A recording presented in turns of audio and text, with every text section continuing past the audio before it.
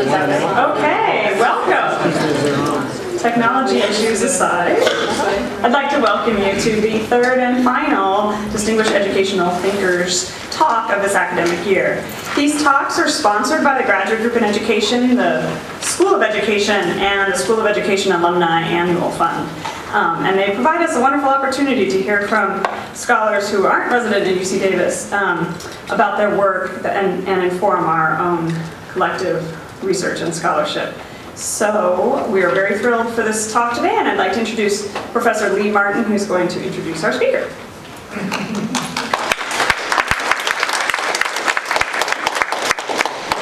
Thank you. Well, if you'll permit me to start with the non sequitur, one of the things that we know from science education research is that people have a really hard time with certain sorts of misconceptions. And one of the hardest ones is when we think of something as a substance, something like heat, when it's actually, scientists would tell us, is a process. So we think that heat is something that an object has and that maybe it slowly leaks away over time. Whereas physicists say, no, actually heat is a process that arises through the interaction of billions of molecules moving around in a substance. And we too often do the same thing when we're studying human beings. We assume that things like intelligence or motivation and perhaps most of all culture are substances that people can acquire and carry around with themselves from place to place. And it turns out that making this error leads to all sorts of problems for lots of people. And I mention this in introducing our speaker tonight because I can think of no other scholar. Psychology distinguished is certainly an apt adjective in this case. She is a fellow of the Association for Psychological Science, the American Anthropological Association, the American Psychological Association, and the American Educational Research Association. And I could go on and list her many accomplishments, but we do want to hear her speak tonight. Needless to say, she's authored numerous publications, articles, and chapters, and books. And her work, related to this idea of culture as a process, has really helped us to see culture as a process, one that involves learning and development and interaction among people.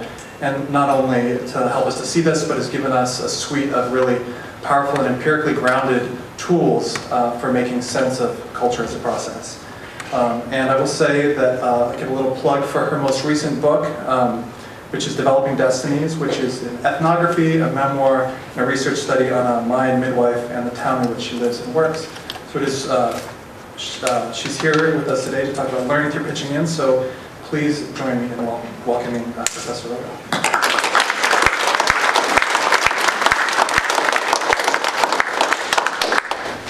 And thanks for that lovely introduction.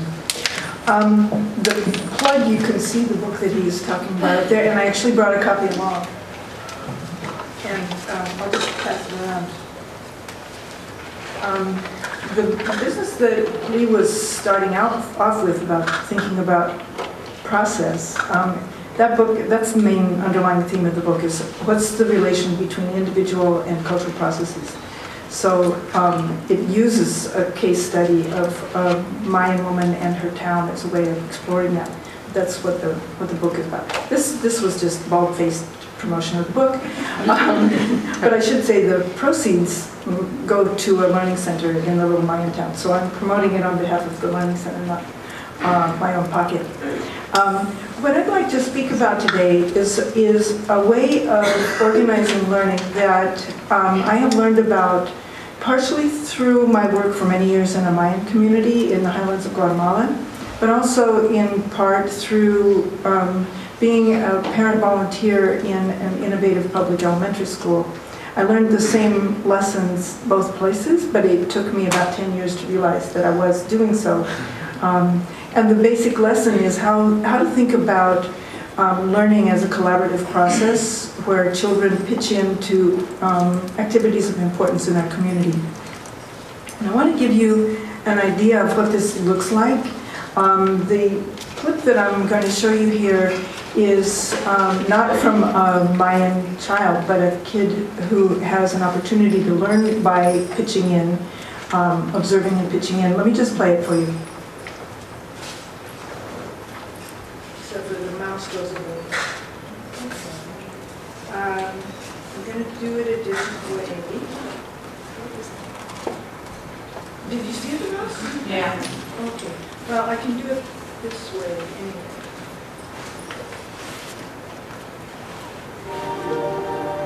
The final key to the sounds of the glyphs would be found by David Stewart, whose I thought that would work. The mouse came up though, and then you If I keep trying, maybe I'll get it. You can see it coming. Yeah, see the mouse is up at the top. Oh, if I... Oh, it just doesn't show on yours. Yeah, okay, if I look at the screen, Oh, it's so okay. This is called collaborative learning. The final key to the sounds of the glyphs would be found by David Stewart, whose education as a Mayanist began at an early age.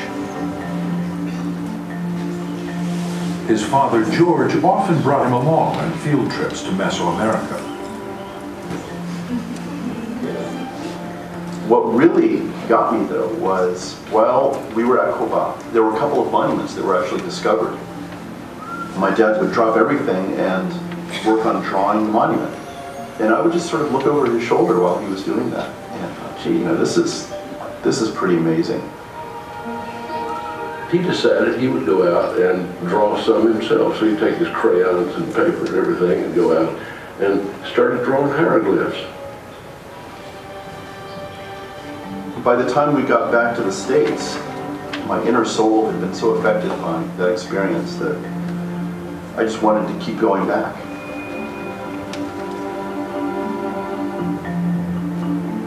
Two years later, George took David to meet Linda Sheely.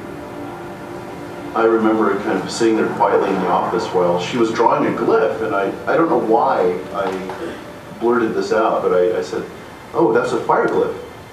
And Linda kind of paused, and I remember she sort of looked behind her shoulder and over at me and said, "Yeah, you're right, kid, that's a fire glyph." George said that they would really appreciate it if there was ever a chance that David could study with me or something. And so on the spur of the moment, I said, why didn't he come down to Palenque this summer? She allowed me to help her check her drawings. You know, we were in the temples with flashlights, with her drawings on clipboards, making corrections.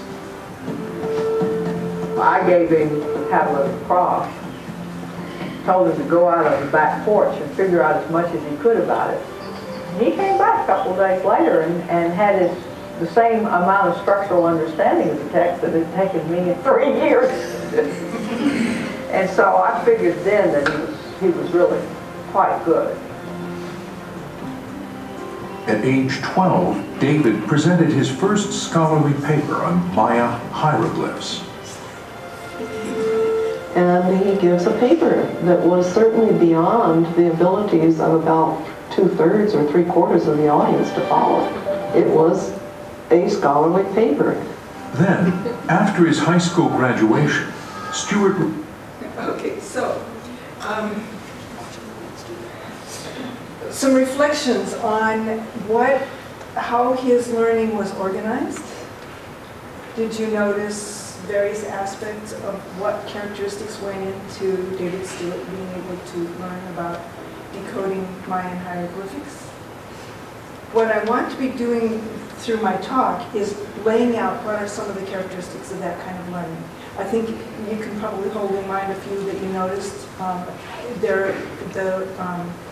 going to show you a diagram that tries to define this kind of learning in a few minutes. But before I do that, I want to point out that I think that this way of learning can apply to any subject matter. It's not limited to particular kinds of learning. I showed you the example of decoding hieroglyphics.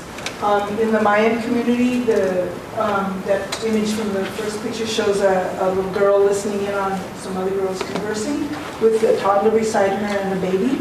Everybody, I think all of us, everywhere, learn our first language by pitching in, listening, pitching in. We want to be a part of what's going on, or we want to get access to something. We learn to use a tool that people around us are using by observing and pitching in. You can see these two little girls in the background here. Learning about weaving, it just surrounds them. The sounds, the smells, the sights of weaving soon they'll be pitching in.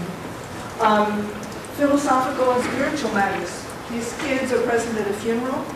They have a chance to listen to what their community thinks is the meaning of life, what happens when people die, how the whole thing works, because they're present and they have a chance to listen in. And finally, an example of learning to use a computer. Back when computers came to our attention, many of us thought you had to use a manual to learn how to use a computer.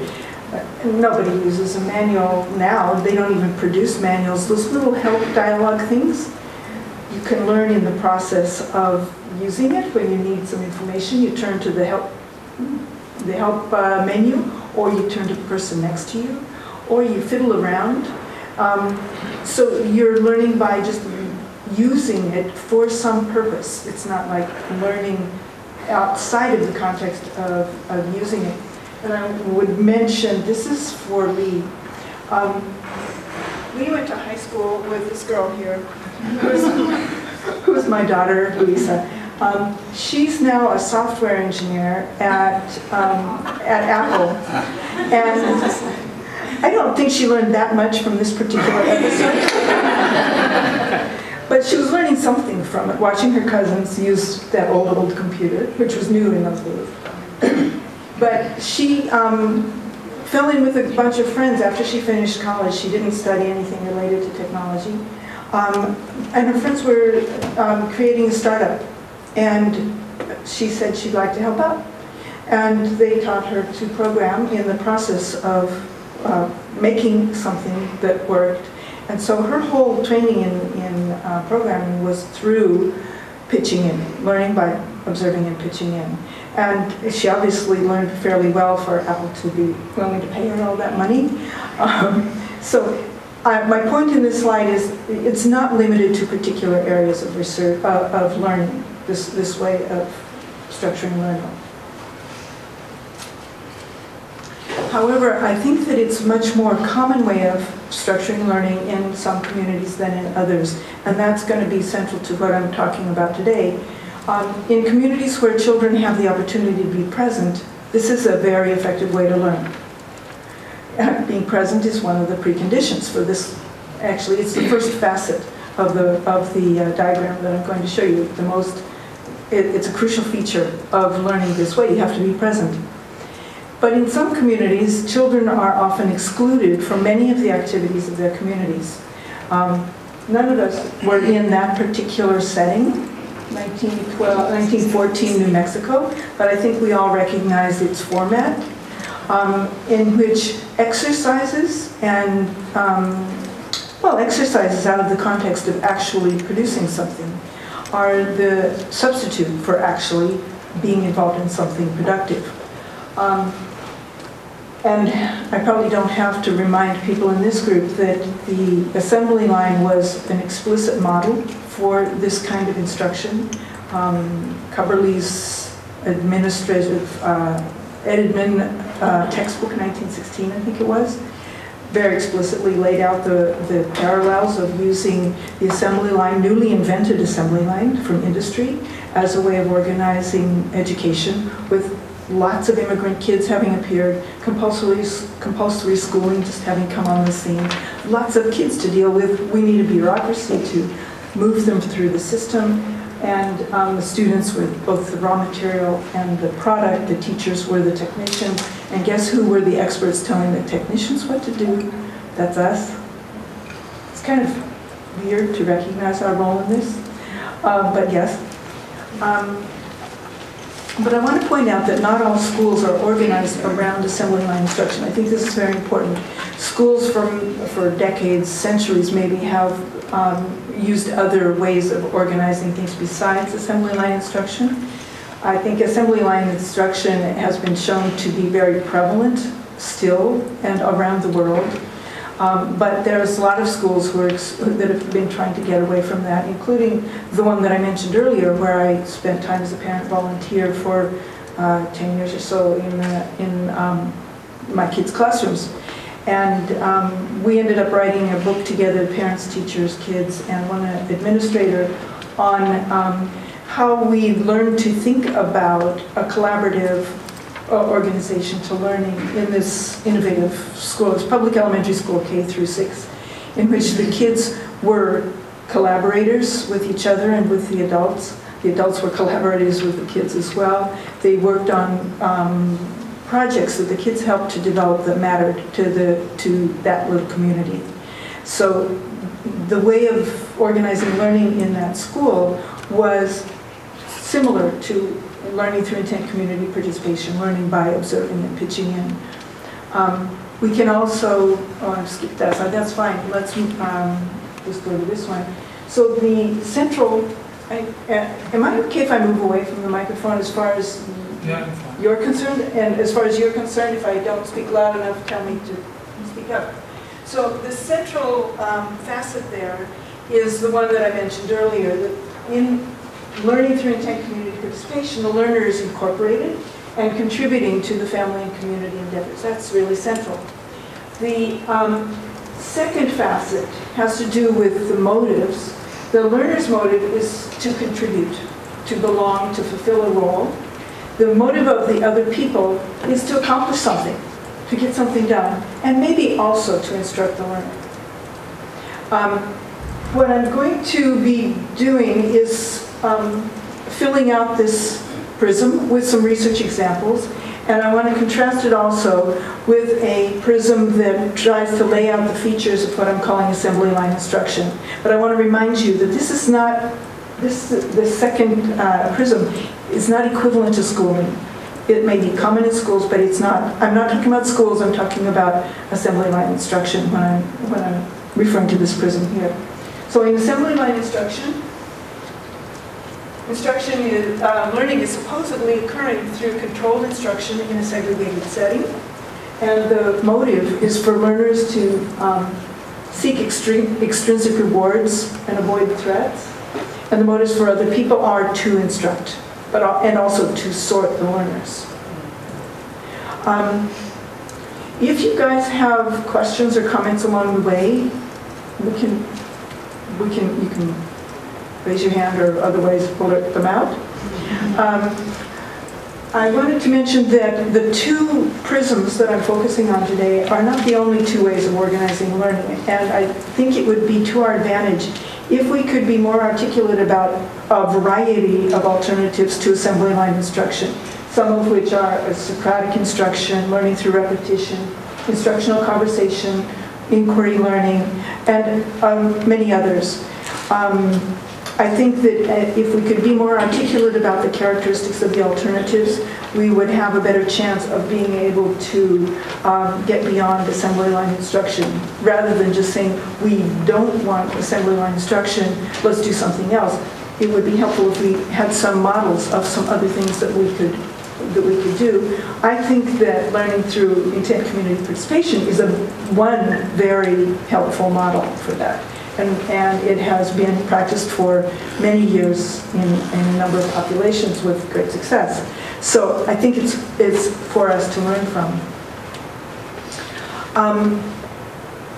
The first study that really got me involved in thinking this through was a study that looked at, involved home visits to families in 4 communities, but I'm only going to be talking about 2 today. Middle-class European American families in Salt Lake City and Mayan families in San Pedro La Laguna, Guatemala, which is the same community that book is written about. We made home visits to a whole bunch of families, and in the middle of the home visits we brought out novel objects that are too difficult for the toddlers to operate on their own. And we'd hand them to the mother and ask the mother to help the child operate them. The children were 12 to 24 months old. And these were too difficult for the children to do on their own, and we told the mothers that and to please stop the children. And then we looked to see how the mothers and children interacted in the different cultural settings. And what we noticed among the middle-class Salt Lake City European American families was that the mothers seemed to organize their interactions around lessons that resemble assembly line instruction. Of course, they're not a pure form of assembly line instruction, but they seem to be modeled similarly. And the aspects that we noticed, the Salt Lake moms used a lot of mock excitement. We think that that was a way to motivate the children's involvement. Oh, sweetie, look at this. Which is not a way that they would have talked to another adult, even if they were very excited about the object. But we think it served to call the child's attention to what the mothers wanted the child to pay attention to. The second part here, the Salt Lake moms often gave vocabulary lessons. And those vocabulary lessons were language used to focus on language, not to accomplish something else. For example, asking, well, in this case, asking the child to recite numbers. But in many cases, it was pointing at something and saying, where's, not pointing at it, holding up something and saying, where's his nose? Or where's his hat? And the mother knew full well where the little puppet's nose was, or the little puppet's hat. So it was a known answer question that is uncommon outside of school, but it's common in many school settings for a teacher to ask a question that he already knows the answer to. And we saw it was common among the Salt Lake middle-class families, not common in San Pedro. The third bar is praise. The Salt Lake middle-class mothers often praised their children's involvement. That was uncommon among the San Pedro families. So this particular mom was at the extreme of the European American moms. She applauded everything that the child did and told the child, "Oh, sweetie, I'm so proud of you. Oh, I love you." It was really at one end. But she's only one of these moms in this average here. Most of the Salt Lake moms, on average, the Salt Lake moms were providing praise for about half of the novel objects that we have them present the child with. And then finally, the Salt Lake moms sometimes overruled what the child wanted to do with the object. If the child was insisting on doing something, the mother sometimes insisted on her way over the child's insistence. Or if the child was refusing, she might insist. That was very uncommon in San Pedro.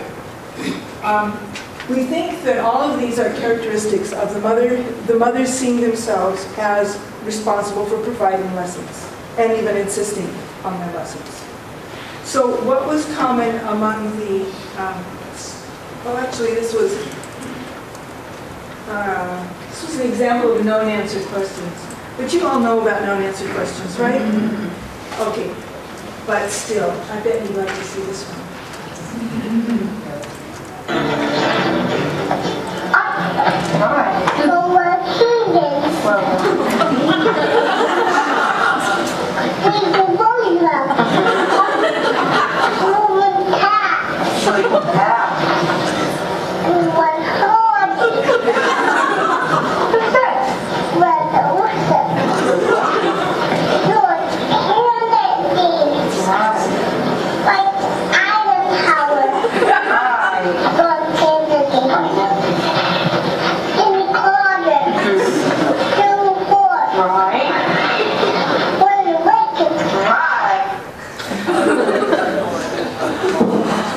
Well, I hope you could hear the "what's that?"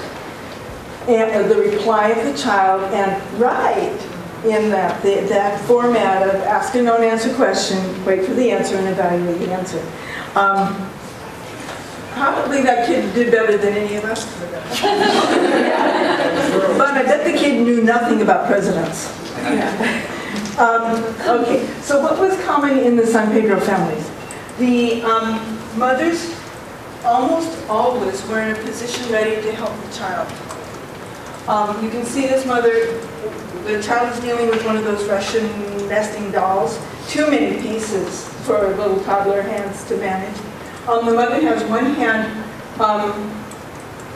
what position is she in? She has one hand ready to catch anything that falls, and the other hand holding an object for the child.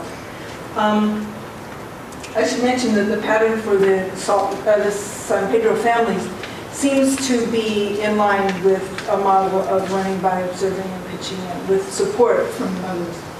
The mothers also very commonly were attending simultaneously to several things going on at once.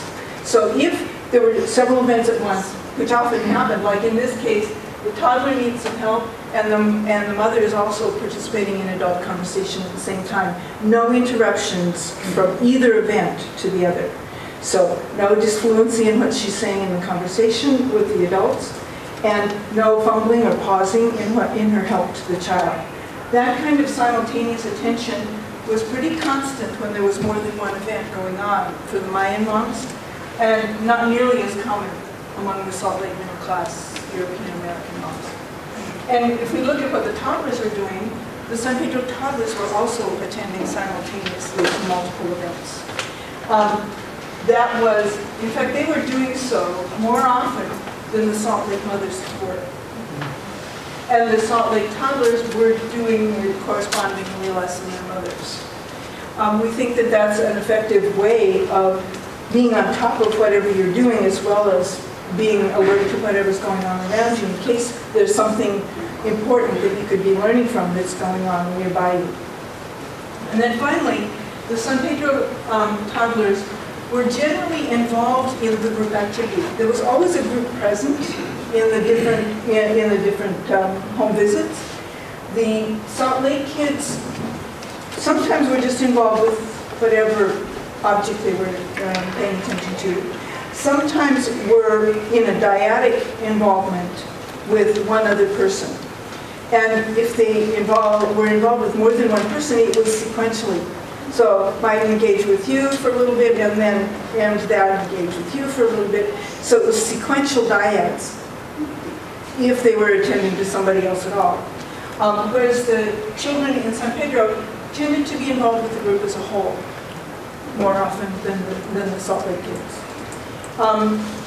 We think all of that characterizes sort of an organization of learning in which the kids and the adults or other children around them are oriented to what's happening around them in addition to their own activity. I'll show you an example of simultaneous attention so that you can see it. Hopefully you can see it. You'll have to be able to watch two things at once. We brought along some cookies in a little cellophane wrapper. And during the interview, the toddler is asking the mom asking for the mom to do something with the cookie wrappers. So you need to pay attention to the conversation that occurs largely between their hands, for the mother and the toddler, and the conversation that's mostly verbal and with gaze between the mom and the adults who are present.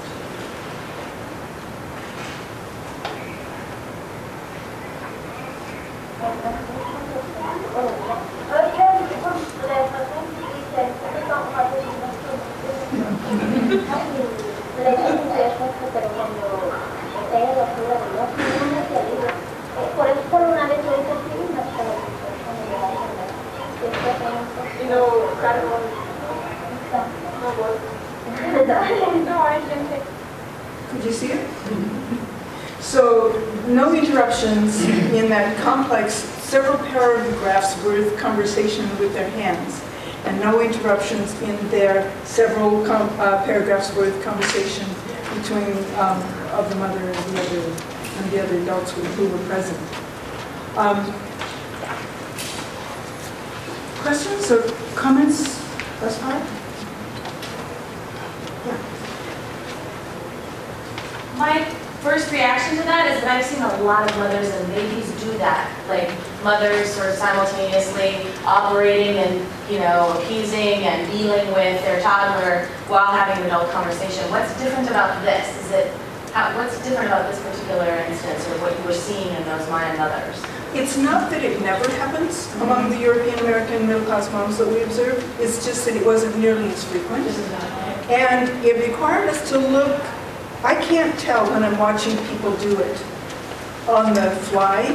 I had to look at videotape, backing it up over and over again to see if there was any sign of a small pause or interruption.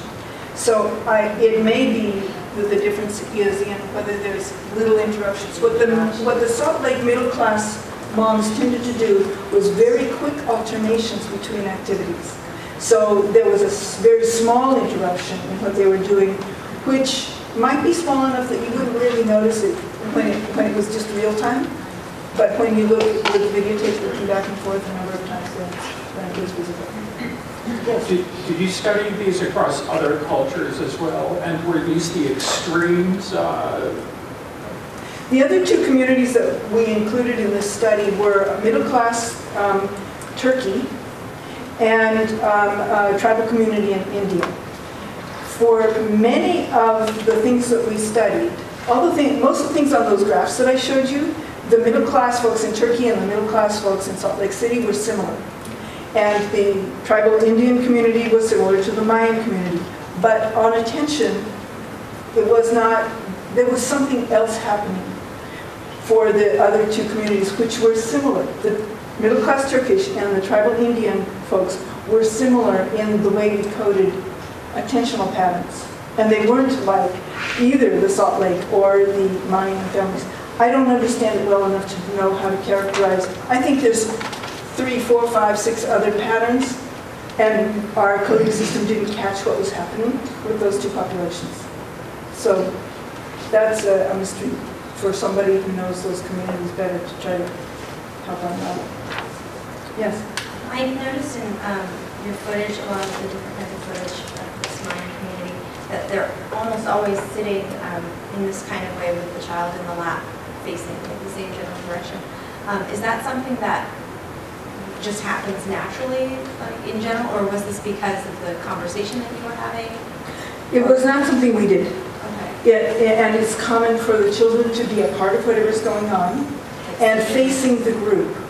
So it's not, the child's facing in the same direction as the mom, but the child's also facing in the same, to the center of a circle. It's very common for the organization to be a circle, and for the child to be facing the circle.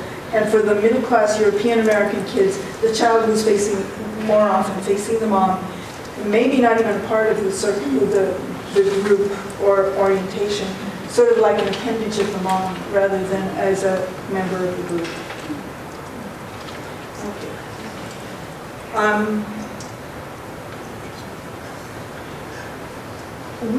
We followed this up with some research with some other communities, and this is something not just in this particular study, but in a number of our studies.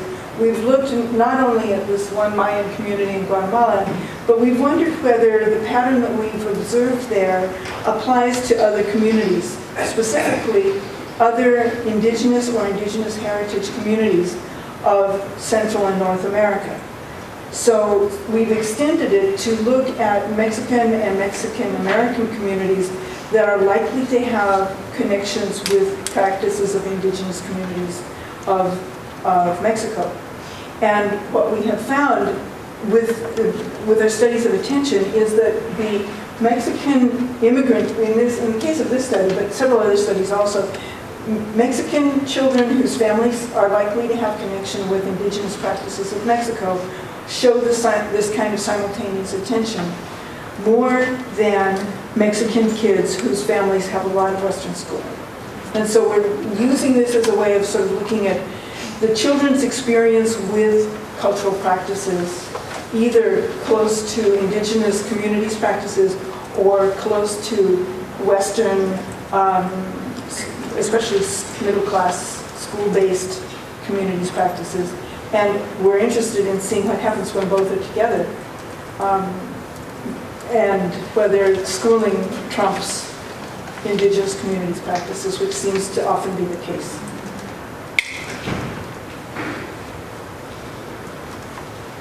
Okay. So in the rest of what I want to be talking about, I'll give you some examples of the next 3 facets, which in 4 facets. With research on cultural variation in learning through keen attention and participation, in collaborative community endeavors with flexible initiative, with coordination of shared endeavors through nonverbal conversation and talk, in order to contribute and belong in the community. So that gives you sort of a preview of what most of the rest of the PRISM involves.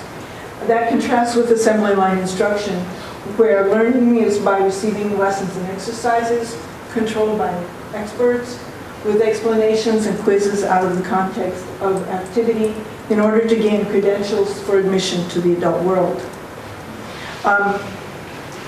We've done research on each of those facets, and obviously the time doesn't permit going into a whole lot on each one. So the one that I've been talking about most just now is the third facet. Learning occurs in intent community participation. Learning occurs by means of keen attention and contribution, either current or anticipated, to ongoing events. And guidance occurs based on community-wide expectations as well as sometimes guidance from other people. And that contrasts with assembly line instruction, where learning is by means of lessons and exercises out of the context of productive activity. I'm tempted to skip this one because we don't have too long so that we can get to another facet. Did you see enough about keen attention? I'm so tempted. Okay. We also studied what happens when kids are in a situation where something interesting is going on near them, but they have no obvious reason to be paying attention. So we set up a situation here where a research assistant, Marta, is showing Big Sister how to construct a toy. It happens to be a mouse, a foam mouse that runs on a spool. And the little brother is sitting nearby, waiting for a turn to make an origami jumping frog. And he's told, while he waits, he can play with this object. It's a do-nothing toy that's kind of interesting for a minute, but then it's not so interesting anymore. And we're interested in the attention of that child. So I'll show you what the attention of that child is like. Hai chúng ta cần phải quan sát và chú ý. Cái gì bạn biết hai nào tự nào nào. Cái gì bạn biết hai nào thế nào stop.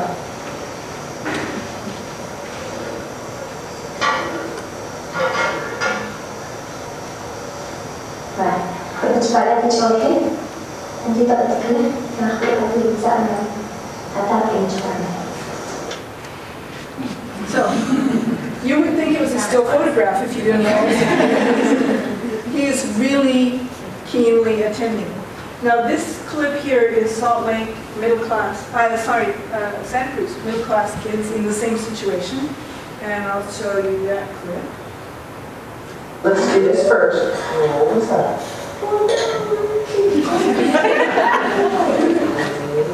It's crashing everything inside.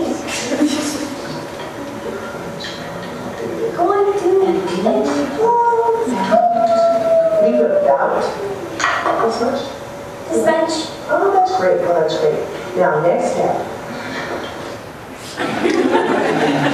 So this little guy glanced over a couple of times, but it doesn't give the impression that he was trying to figure out anything about what they were doing, but rather seeing why weren't they paying attention to his clever little antics. And you can see, those are not video clips, but you can see the posture of those Santa Cruz kids also. But they're not keenly attending like the kid in the Mayan clip. And we did this with a number of kids in the same setup in both communities. And you can see that sustained attention was twice as common among the traditional Mayan families as among the European American families with a lot of schooling. Mayan families from the same community with a lot of, that had a lot of schooling were intermediate between the other two.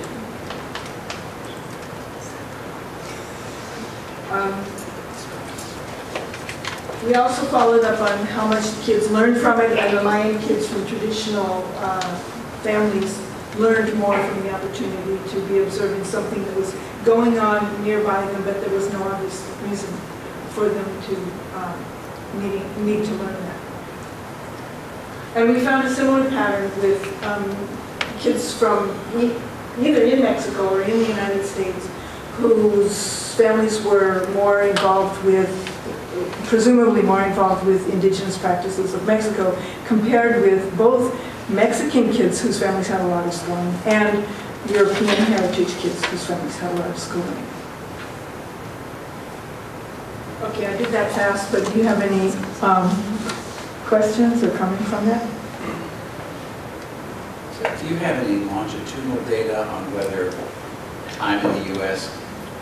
starts to change that so that they become more like?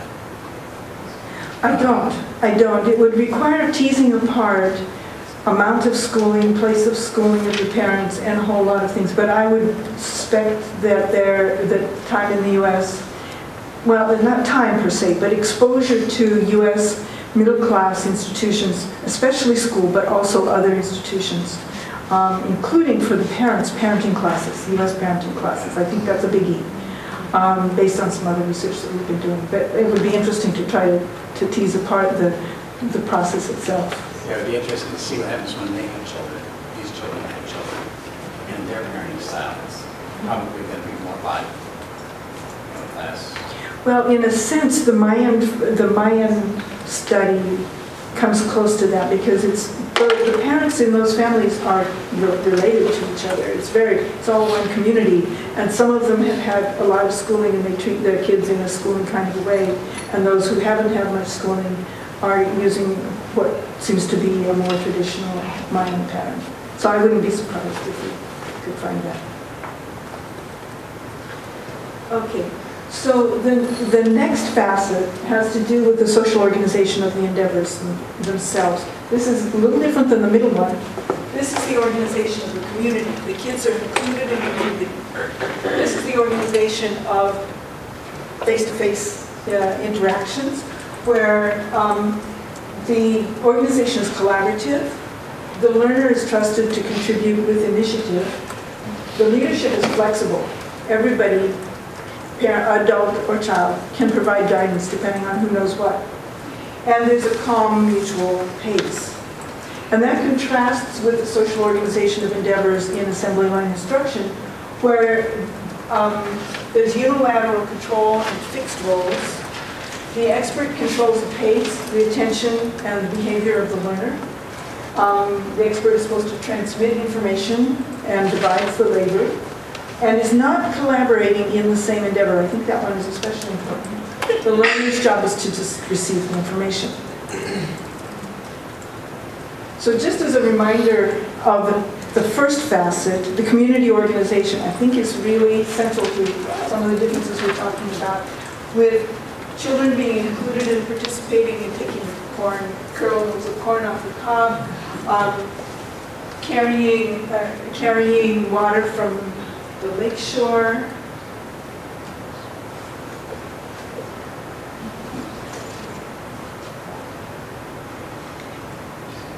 They're just a part of things. They're playing an important role just like everybody else. They may have smaller water jugs. And these two photographs, these two are from 1941, long before I was there. This is from more recently, I think about 1998. And you can see that although things have changed a lot in town, this is a tourist stand selling fabrics to tourists. But here you can see this kid is playing an important role in selling the fabrics. This kid can probably run some important errands. That little one is has opportunities to see how it's organized. It's probably not helping out very much quite yet. So one of the things that we're particularly interested in is trying to understand the form of collaboration. We've done a number of studies on collaboration in the different communities, and they're somewhat variable in our findings. But it seems that, in the indigenous heritage communities, collaboration is always at least as much as in the European American middle class or Mexican middle class communities. But sometimes it's equal amounts of collaboration, but we think it's organized differently. We found that when there was more collaboration by the indigenous heritage kids, what often happened for the middle class kids is they would work solo or sometimes get distracted when they weren't the ones who was in charge of doing the stuff. But we also, is that what I want to get? But we also wanted to look at the form of collaboration. What we are seeing in several studies is that Children from indigenous heritage Mexican backgrounds are more likely to be blending agendas, whereas the European heritage kids often divided up the activity. Your turn, my turn, or you do this part, I do that part, so that they're not actually coordinating as an ensemble. They might be coordinating, but by division, rather than by sharing agendas. And we're trying to figure out how to code this. We've got some studies that support the idea, but we would like to get more directly, code that more directly. But in the meantime, I'm going to show you a clip there. I think you'll be able to see the kind of ensemble movement of these three girls. They are constructing a model B according to a model. So they have all the pieces here to make that. And so just watch the movements, get a feel for their movement.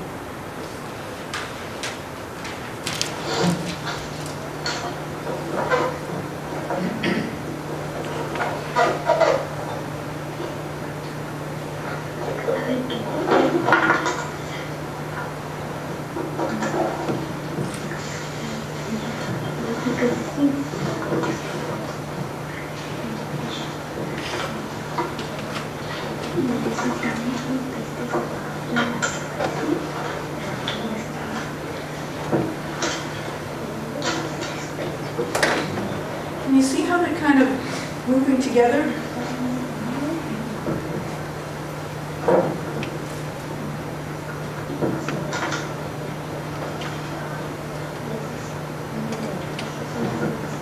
There have been ethnographic descriptions in several indigenous communities of adults and children moving together in that same way. And I think it's a form of collaboration that it would be really interesting to understand better. Okay. So then the fifth facet has to do with how communication occurs. In intent community participation, it's coordination what's important is coordination of shared endeavors. It includes a lot of nonverbal conversation as well as verbal conversation, as well as dramatization and narratives. And that contrasts with the form of communication in assembly and instruction, which uses limited formats, largely limited to explanations out of the context of ongoing activity, but also including quiz questions or known answer questions that we talked about before.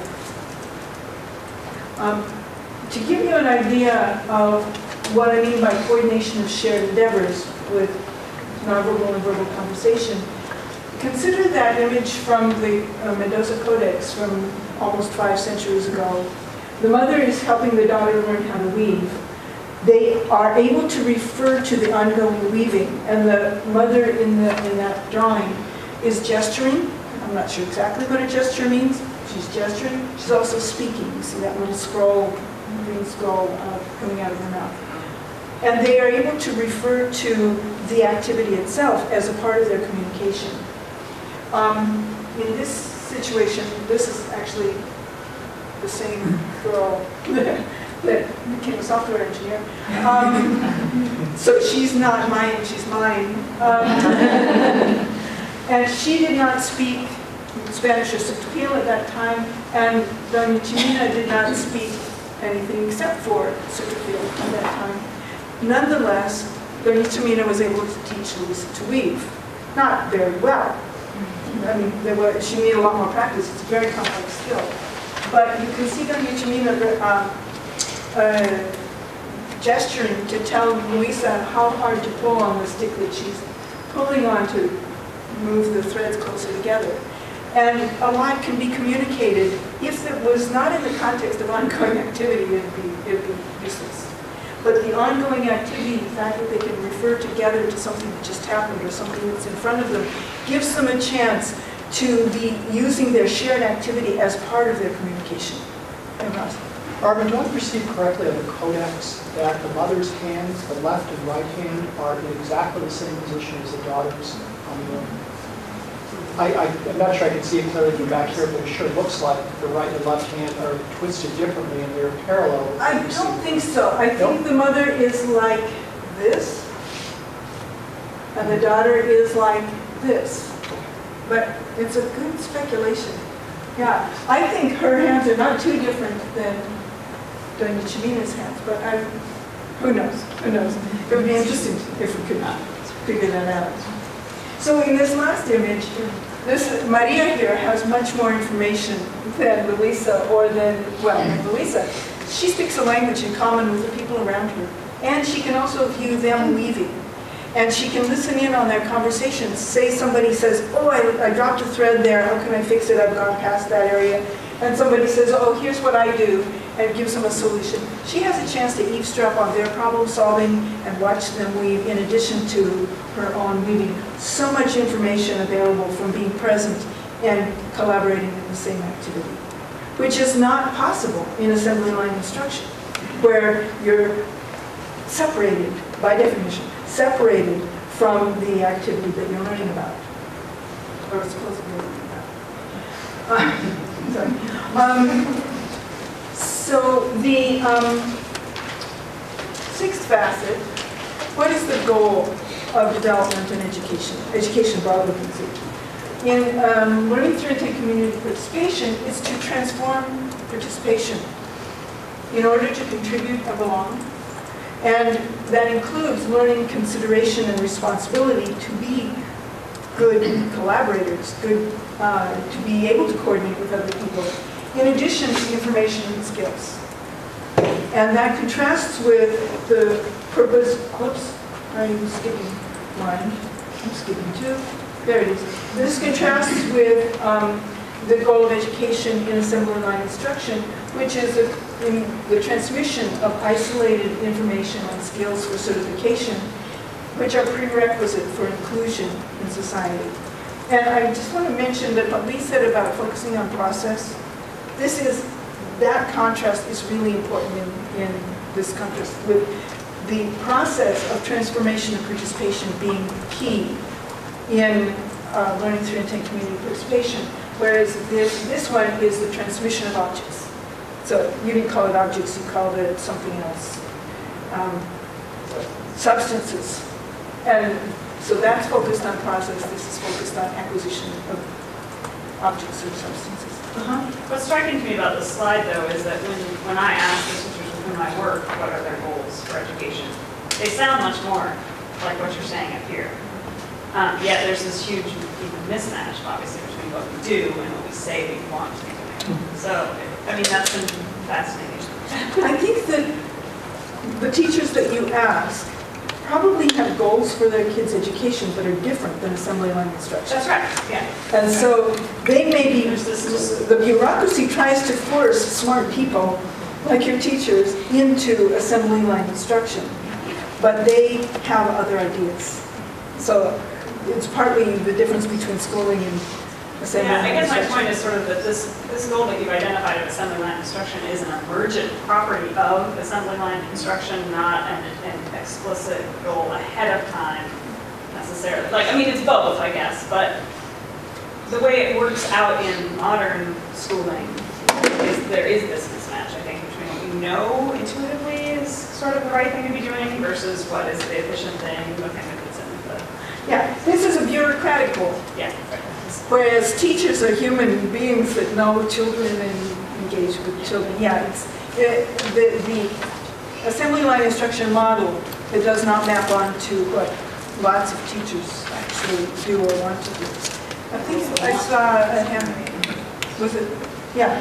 To build on that comment and recognizing that these practices have cultural foundations, it does occur to me that a lot of the kind of instruction you're describing would be characteristic of a high-quality early childhood education program, and that a lot of the things that you're describing go right. And graduate school.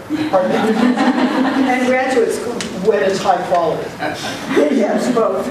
So it makes me wonder if we're talking about, these different models being so seamlessly worked into cultures, or rather being in part a function of the institutions that relate, in this case, to education. I wouldn't separate institutions from culture. Right, but if you could have a high-quality early education program looking very different from what things look like in K-12, within the same culture, indeed within the same community, then there's something that's making that happen. Well, bureaucracy. I think that we all learn very well through intent community participation, that it's common in the Mayan community and in some other indigenous heritage communities, giving us a chance to observe it in practice, and that it's less common once you segregate the kids away from being able to be included in situations where important things are happening. So I think I'd underline that our cultures include institutions. They're not separate from institutions. I think that may help us make sense of it. The institution of schooling, though, most of us have spent quite a bit of time there. Most of us even have parents and maybe even grandparents who spend a lot of time there. It's our default idea of how learning occurs for many of us. Not all of us, but for many of us. So when we try to mount a program in such and such, and we think about how are we going to structure it, it's our default. It's the way that we think it's supposed to be. Somebody was mentioning that one of the graduate students was saying that it was very hard for the parents to allow for a new method to be used in their kids' schooling. I forget the specifics of it.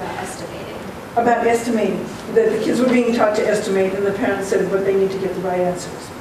I think is what they were saying. I remember my kids were in this innovative public elementary school, my firstborn in first grade. But is she going to learn to read? She's not filling out any mimeographed sheets. So there's this, we carry it with us in our cultural practices that also connect up with the institutions that we engage in. I saw a hand over this way. Yeah.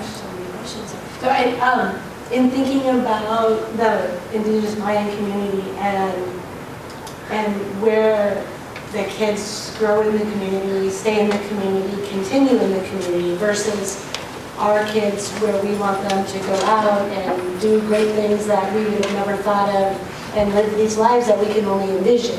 And how does that match up then with this type of learning when we don't have that learning going on around us, the learning we hope for them? That's a tricky question. Because I think it's fair to say that the cultural change for the Mayan families is at least as great as for the middle-class European American families. And many of those Mayan kids are in Los Angeles and Houston and Boston and Santa Cruz and maybe even Davis.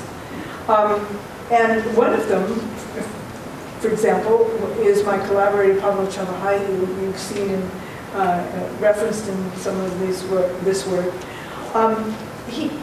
The kinds of ways of structuring teaching and learning, he continues to practice while he also is very skilled. He's now an associate professor at the University of New Hampshire.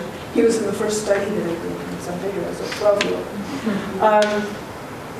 It's not quite as simple as that question, although there's something to it. When we are trying to,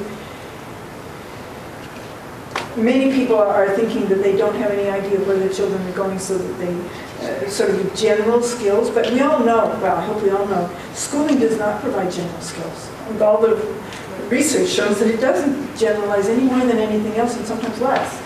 So, and the other thing that's really interesting is how is it that kids of academics talk more academic, and musicians' kids somehow seem to have music in their blood, and so do, I mean, everything you can think of.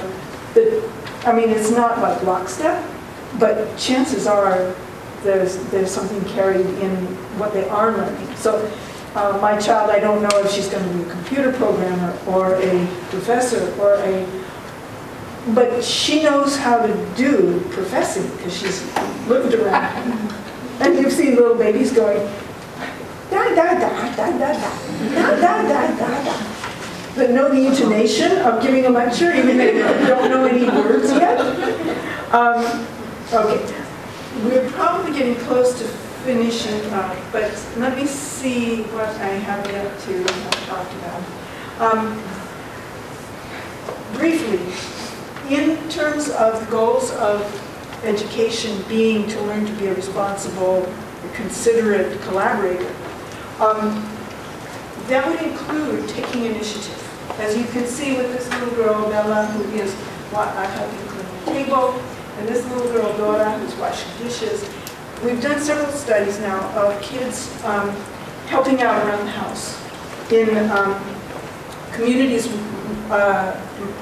indigenous or indigenous heritage communities, comparing with middle-class communities, both in Mexico and in the US.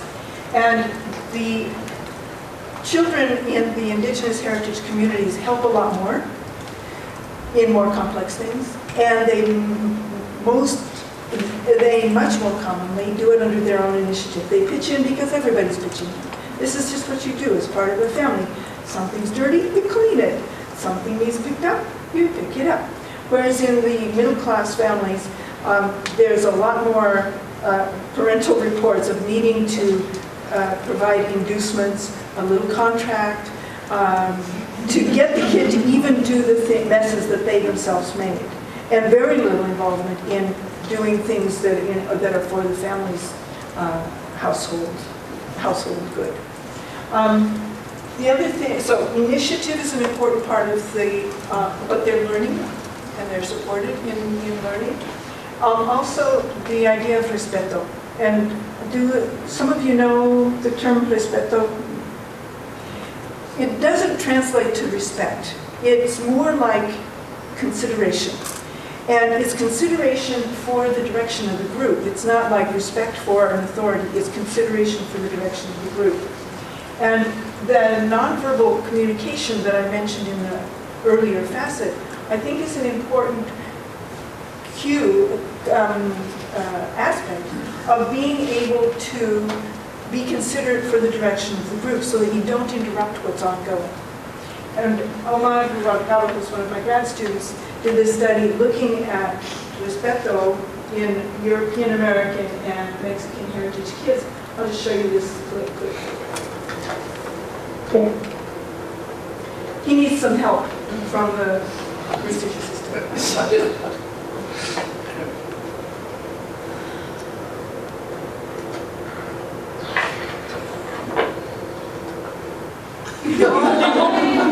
This is the same study that I mentioned earlier where it's folding origami figures.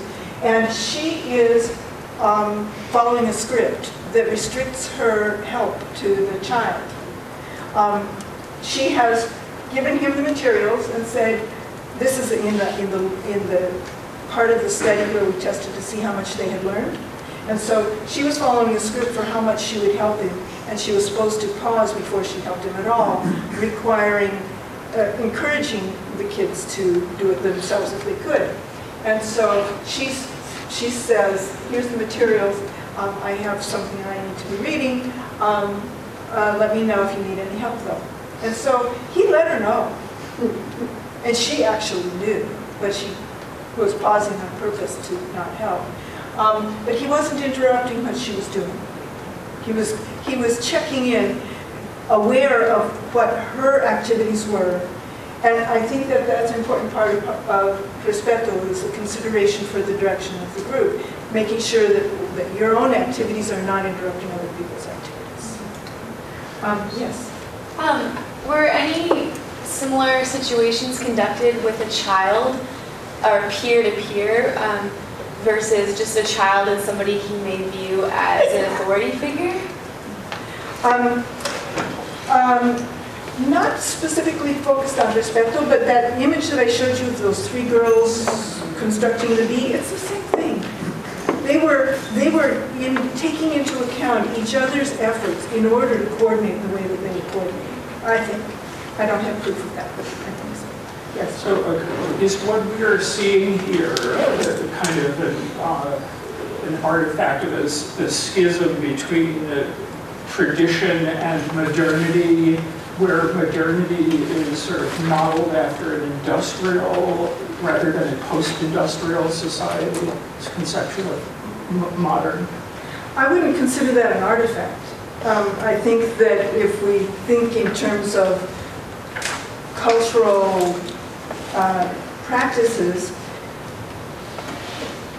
the industrial modernity thing is a part of what school, the assembly line instruction is modeled after.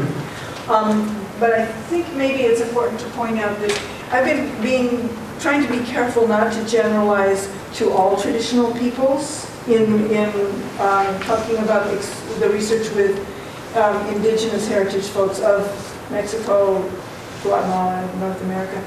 I don't know what we would find if we looked at indigenous populations in other parts of the world, or quotes traditional populations in other parts of the world. I think there would be some similarities with what I'm describing here, but also some differences. So I don't think it's a dichotomy between traditional folks and modern folks. I think that we've got modernity, or industrial, or whatever you want to call it. That's a specific kind of cultural set of practices. And then we probably have a number of other ones. Like your earlier question that led me to talk about the Turkish and Indian families.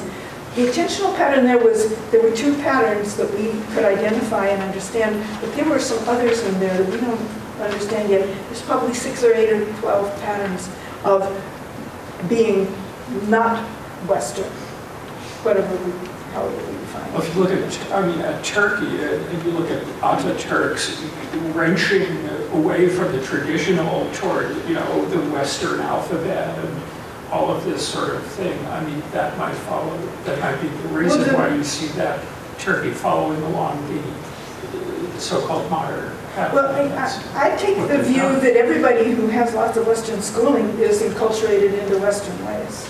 And it's part of their set of cultural practices. But I should say, we're not, each one of us follows more than one set of cultural practices. We are all a mix of cultural practices. And I think that some of the Mayan kids who grow up and come to the United States are very skilled in living in two worlds.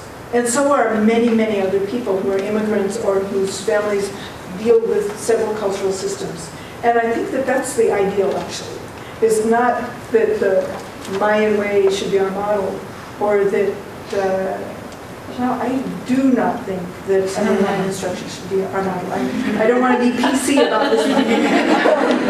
But I think that there's a number of ways that we can do things. We all need to know how to deal with assembly line instruction.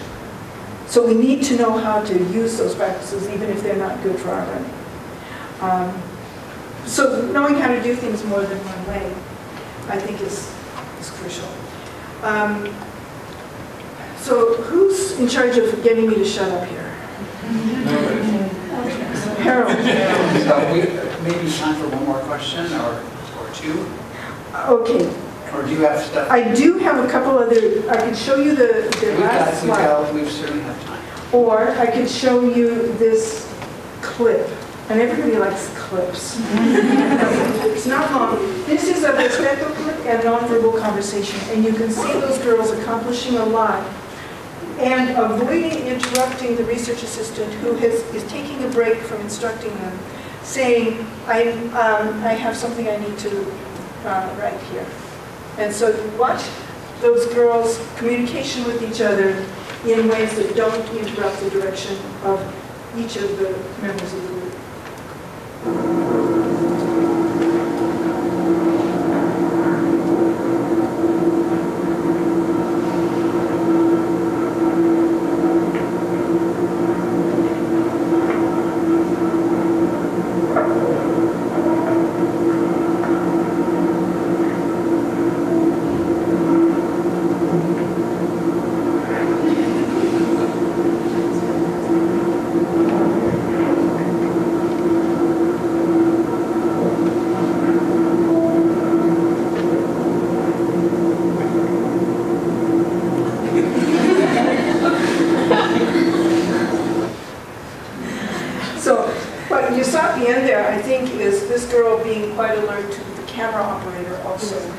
So they are alert to everything that's going on around them, communicating. There was 1 or 2 words spoken during that whole thing, and a lot of communication, a lot of working together with consideration for the work that she says that she is needing to do. But at the same time, they're getting the things done that she said they should proceed to make the next fold in the origami figures. So respeto as well as very skilled nonverbal communication. I'll just end with telling you what this seventh facet is. We haven't been studying it per se, but it's about assessment. I think it's crucial, but it's not something that we've done much research on. In learning through intent community participation, the assessment is of progress as well as of the support provided to the learner. It's done to aid contributions and is done during the endeavor. It's done through direct feedback from the outcome or the acceptance of the efforts or correction of the efforts by other people. And that contrasts with assessment in assembly line instruction, which is done to sort and test the learners. It's separate from the learning process. The feedback is indirect from praise or critique or ranking. The reason why I think that this facet is so important is because this has such power. And if the assessment is done in a way that fits with assembly line instruction, I think it pulls whatever innovative approach, pulls it back to assembly line instruction. And I think that, so it's key to changing things.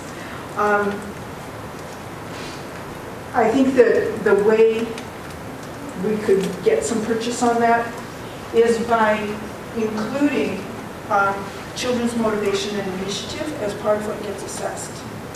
And then it would have to open things up so that the assessment looks at whether kids read, not just how they can march through some multiple choice question.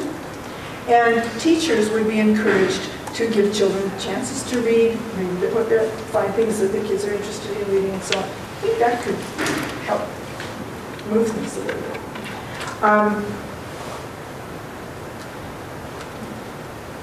Okay, I'm going to just go to a slide that you'll enjoy here.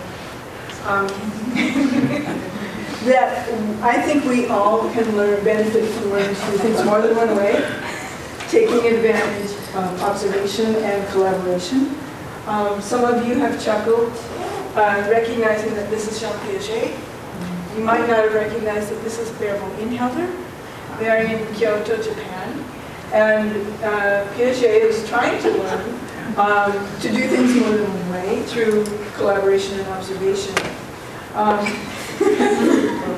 But it sometimes takes practice as well as shifting approaches to expand our repertoires of practice. The process is not just of assimilation, but also accommodation. So I'll end with that. Harold, you can tell us if we have time for another question. Okay, yes. I'm working with a group of student teachers and teachers with the mixed-stick population in California. And I was thinking, you mentioned a couple articles and that you're working with some California-based indigenous populations. What populations are you working with then? So mostly what we've done is, around in Santa Cruz area, until recently, most of the Mexican immigrant population comes from around Morelia and Jalisco. And the folks who come from that area who have very little Western schooling, we're making the inference that they have more connection with indigenous practices. Basing that on historical documents. About a century ago, Mexico tried to make Indians into campesinos. And a lot of the indigenous practices, it's the same populations, a lot of the indigenous practices were maintained, even though people don't claim to be indigenous at this point. More recently, there's Mixteco folks and other folks from southern Mexico coming to the Santa Cruz area, and we're interested in working with some. There is a Mixteca graduate student in our program. If you wanted to make contact, her name is Liz Gonzalez, and she's fantastic. E. Gonzalez. I can give you the email, her email address afterwards. She's fantastic. Thank you. Was there another hand that I saw? Okay. Well, thank you very much.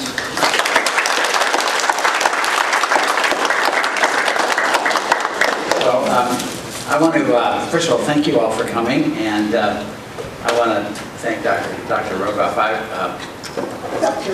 Even Barbara. So we've known each other a long time. Since we were teenagers. Since we were teenagers, but but for a long time, and we're still only 40 years old. So, and I remember when I was an assistant professor, and Barbara's books came out, and how what a You sound old. no, I was, but what a stir it caused to the field, and it brought a lot of attention to our work and to the cultural practices that she's talked about today. So she doesn't know this, but she was an intellectual mentor for me in my own work, and still inspires me, and judging by the audience here, all of you. I want to give her a little gift, but I want to leave her with a question that she won't have time to answer right now, but it strikes me as just being curious. So you were careful, Barbara, to talk about assembly line instruction, and that you were careful to say, well, it's not really meant, your talk is not meant to be characteristic, that that's the way it is in school. But we're all thinking that, and I know that as you're talking, you sort of start to shade off into school practices in the United States and in Western culture. And I started thinking, and I know that a lot of people in this room, my colleagues and our students here, are not too happy with the kind of instruction that happens in schools and the bureaucracy that clearly and many other things lead to it, and the whole assessment system and the whole shebang. However, there are increasing interest, I've discussed, we all know, in things like hands-on science, the new next generation science standards, which are really going to kind of reorganize the way we teach and also learn and think about science, and Common Core and the higher order thinking skills that's part of. A lot of us are interested in project-based learning and collaborative and peer learning.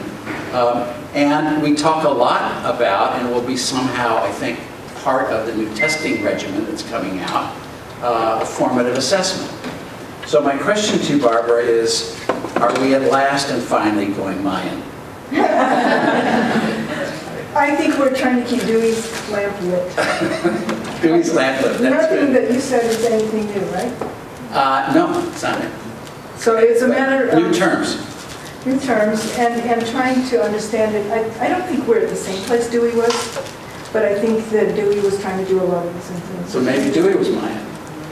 Actually, Dewey spent time in indigenous communities of Mexico and was inspired by it. In 1912, I believe it was. Bingo. Bingo. There was the unwritten story of John Dewey. So this is a sort of tradition here. Barbara thought it was wine when she saw me carrying it. That was a smaller now. So, small, half bottle. So we're famous for three things a day, many things, and it's quite a package: wine, education, and olive oil. Thank you for coming.